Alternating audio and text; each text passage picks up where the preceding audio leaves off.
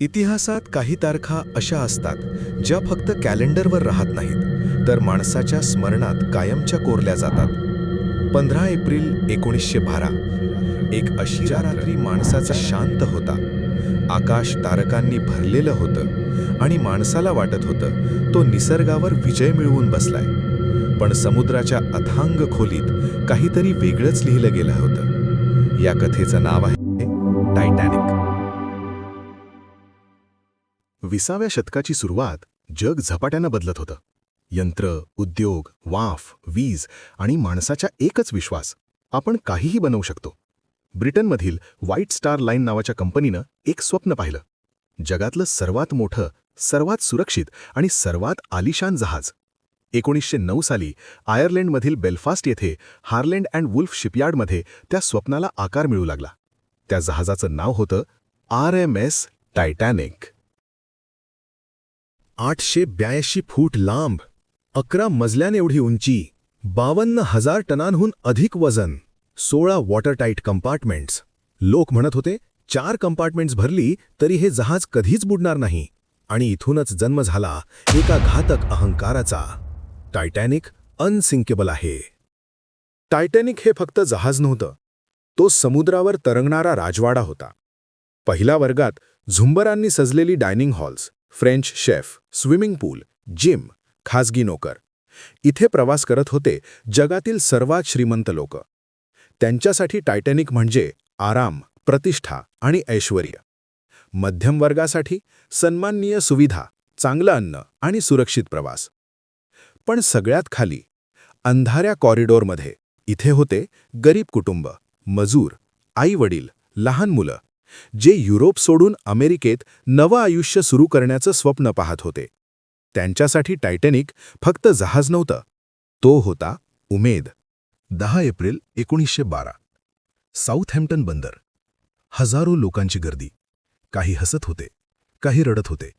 आई आपल्या मुलांना घट्ट मिठी मारत होत्या. नवरा बायको हातात हात घालून उभे होते. कोणालाही कल्पना नव्हती, अनेकांसाठी ही शेवटची भेट आहे. टायटॅनिक समुद्रात निघालं.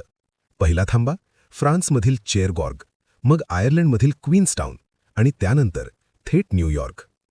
पहिले 4 दिवस सगळं काही परफेक्ट होतं. हवामान स्वच्छ, समुद्र शांत आणि जहाज पूर्ण वेगात. लोक डेकवर फिरत होते, गाणी ऐकत होते, हसत होते. पण त्या दिवसांतही कॅप्टन आणि क्रूला आईसबर्गबाबत इशारे मिळत होते. पण टायटॅनिक एवढं मजबूत आहे की बर्फसुद्धा त्याचं काही करू शकत नाही.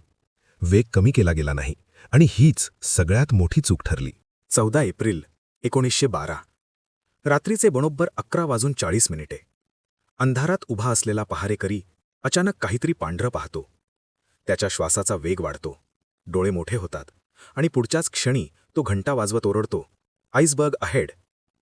ब्रिजवर खळबळ उडते. ऑर्डर दिली जाते, हार्ड अ स्टाबर्ड, इंजिन्स फुल रिव्हर्स.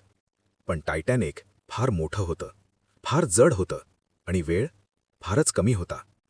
हिमनग जहाजाच्या उजव्या बाजूला हळूच ओरखडा काढत पुढे निघून जातो. वर डेकवर उभ्या असलेल्या प्रवाशांना फक्त हलकासा धक्का जाणवतो. काही लोक हसतात, इतकंच, एवढ्या मोठ्या जहाजाला काहीच झालं नाही. पण जहाजाच्या पोटात मृत्यूने प्रवेश केला होता. जहाजाच्या तळाशी इंजिन रूममध्ये क्रू पाहतोय. पाणी वेगाने आत शिरतंय. 1 नाही, 2 नाही, 5 कंपार्टमेंट्स भरत आहेत. इंजिनियर थॉमस अँड्र्यूज नकाशा पाहतो. त्याचा चेहरा पांढरा पडतो.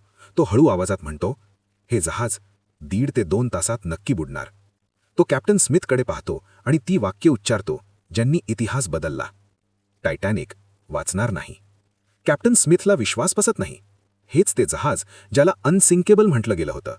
तो स्वतःला सावरतो आणि आदेश देतो, प्रवाशांना घाबरवू नका. वरच्या डेकवर पार्टी सुरूच आहे. लोक नाचतायत, हसतायत, काहीजण बर्फाचे तुकडे उचलून खेळतायत सुद्धा. कोणालाच कल्पना नाही की हा आनंद अखेरचा आहे. आणि मग एक भयानक सत्य उघड होतं. टायटॅनिकवर लाईफबोट्स आहेत फक्त 1178 लोकांसाठी. पण जहाजावर 2200 पेक्षा जास्त लोक आहेत. कारण कायद्याने जितक्या लागायच्या तितक्याच ठेवल्या होत्या. आदेश दिला जातो, विमेन अँड चिल्ड्रन फर्स्ट. पण हा नियम सगळ्यांसाठी समान नव्हता. पहिल्या वर्गात लोकांना शांतपणे लाईफबोट्समध्ये बसवलं जातं. अनेक बोटी अर्ध्याच भरून पाण्यात सोडल्या जातात. खालच्या डेकवर 3ऱ्या वर्गात लोक गोंधळलेली आहेत. त्यांना काहीच माहिती दिली जात नाही. लोखंडी दरवाजे, लांब कॉरिडोर, अनेक कुटुंब वर पोहोचायच्या आधीच अडकून पडतात.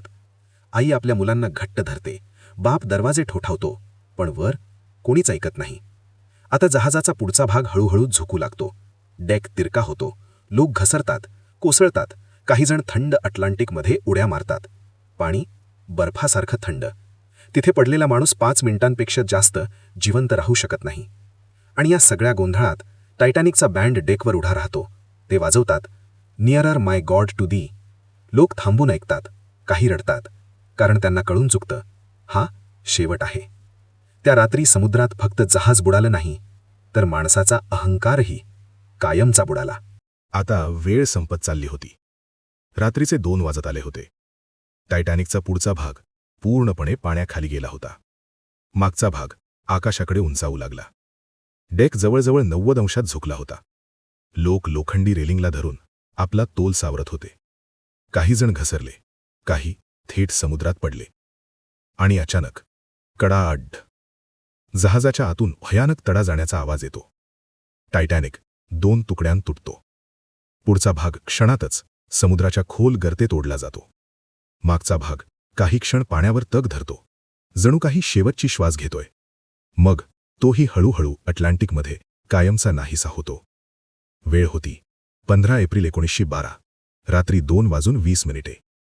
टायटॅनिक आता अस्तित्वात नव्हतं. जहाज बुडाल्यावर समुद्रात सुमारे 1500 लोक पाण्यात होते. ते ओरडत होते, मदतीसाठी विनवत होते.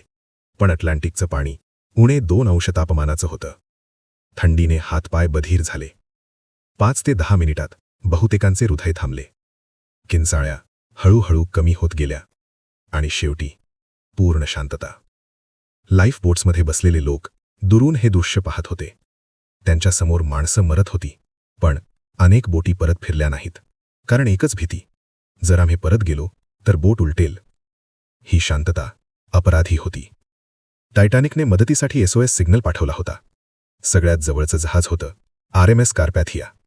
कार्पॅथियाने पूर्ण वेगाने प्रवास केला, पण अंतर जास्त होतं. सकाळी 4:10 घटनास्थळी पोहोचलं. सूर्य उगवला आणि जे दृश्य दिसलं ते अंगावर काटा आणणारं होतं. समुद्रात फक्त लाईफ बोट्स तरंगत होत्या आणि मध्येच बर्फासारखी थंड पडलेली माणसांची शरीरं. कार्पॅथियाने 705 लोकांना वाचवलं. उरलेले 1500हून अधिक जीव समुद्रात कायमचे हरवले. टायटॅनिकच्या त्या रात्री फक्त एक जहाज बुडालं नाही, तर बुडाला माणसाचा अहंकार. आजही अटलांटिक महासागराच्या तळाशी टायटॅनिक शांतपणे पडून आहे.